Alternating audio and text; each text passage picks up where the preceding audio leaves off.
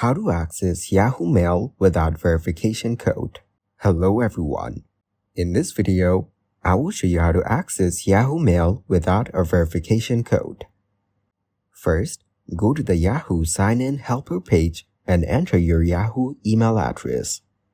Follow the prompts to see if Yahoo offers any alternative recovery options, such as answering security questions or using a recovery email.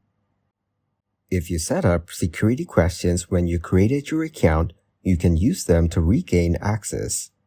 Then, go to the Yahoo login page, click Forgot Password, and select Use My Secret Questions.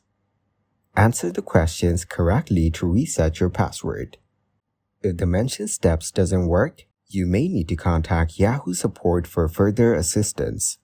Keep in mind that support options can be limited, especially for free accounts. You might consider subscribing to Yahoo Account Pro for more personalized assistance. If your account has been deactivated due to inactivity, you may need to reactivate it. In the end, follow the instructions provided by Yahoo to reactivate your account. Thank you guys for watching this video. Hope you got some value. Make sure to like the video and subscribe to the channel to get notified of new videos. See you in the next one.